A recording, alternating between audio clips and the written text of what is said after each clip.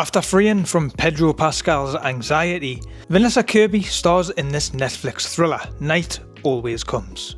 Facing eviction in a city that her family can no longer afford to live in, Lynette plunges into a desperate and increasingly dangerous all-night search to raise $25,000. After an absolute preposterous decision by her mother, using their last $25,000 to put money down on a car that clearly doesn't need, putting Lynette and her brother Kenny in a rather peculiar predicament. Things escalate pretty quickly after each attempt to raise this cash. You know, it's certainly not easy to cut ties with friends and family, but when they leech and cause rather big massive inconveniences like this, I think it's time to let go. It's not just her mum though, it's many other troublesome characters that seem to pop up from her past while she tries to scheme them out of the money. Now, to be fair, with her shenanigans in this film, I think they'll be pretty happy to see the back of her. It's not without its twists and turns, but they don't feel as impactful as they could due to decisions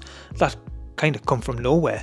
Vanessa Kirby was really enjoyable in this role because it would be very easy for this character to be just as disliked as the other arseholes in the film. But her performance is very believable in a willingness to do what it takes in this anxiety-fueled night to capture $25,000. The movie builds up tension really well on many occasions, getting herself in some pretty sticky situations, and Lynette's safety never really feels guaranteed. However, with each and every incremental cash that is acquired, by the end it did really all feel a little bit underwhelming, as it just seems to fizzle out without a satisfying conclusion.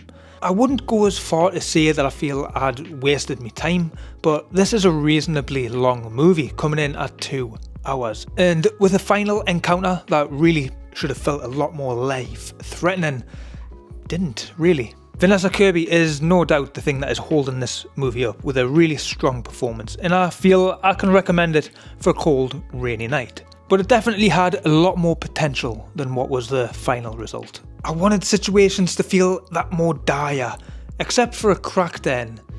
I didn't really feel the danger, more so anxiety around the gain and the loss of the money. Night Always Comes gets 3 stars out of 5. It's a decent little Netflix thriller that you won't hate yourself for watching. So will you be checking it out? Did you even know about it? And while you're at it, why not stop by and click on one of these videos that is recommended personally just for you.